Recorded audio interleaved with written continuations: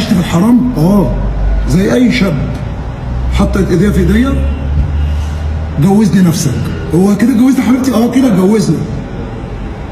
طب افرض انا كذاب، هي ما عملتش كده، فين شهاده الورقه القسيمه اللي ما بيني وما بينك؟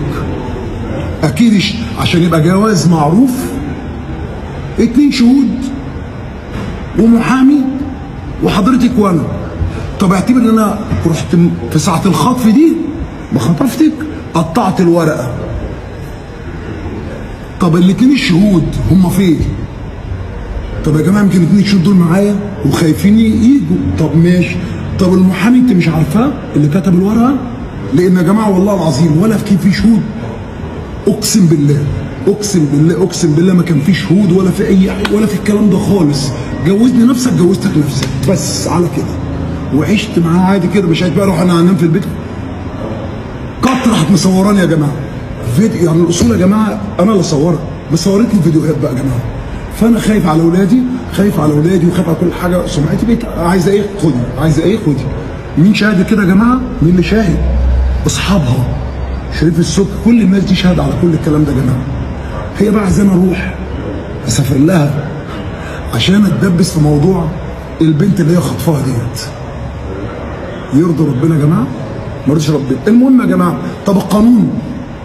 طب يا عم سعد انت ايه اللي مسكتك يا عم سعد؟ وبعدين يا جماعه عايز اقول حاجه، مين سعد الصغير دوت اللي فوق القانون؟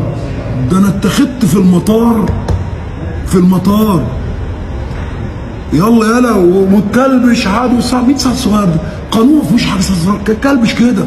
وهو مع الباشا تحت امرك عليك يا فندم. اروح لها ده رقمها، ده رقم الاستاذه. انا زيرو عادي، ما اخر رقم هو اصلا اتصال اصلا كل مصر عارفاه والدنيا كلها. اهو بص بقى يا جماعه، بص يا جماعه،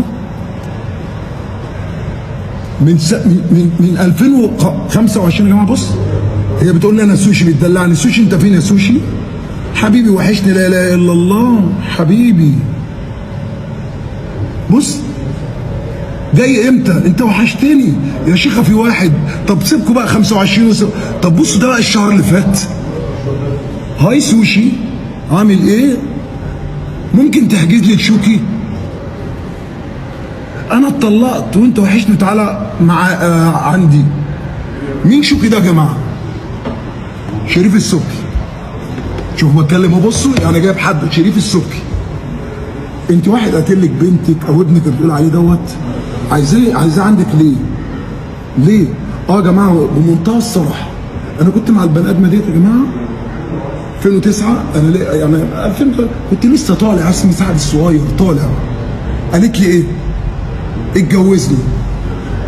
واحد انا بقول لكم وصل ما اقولش الكلام ده يعني ايه؟ ممكن يقول لك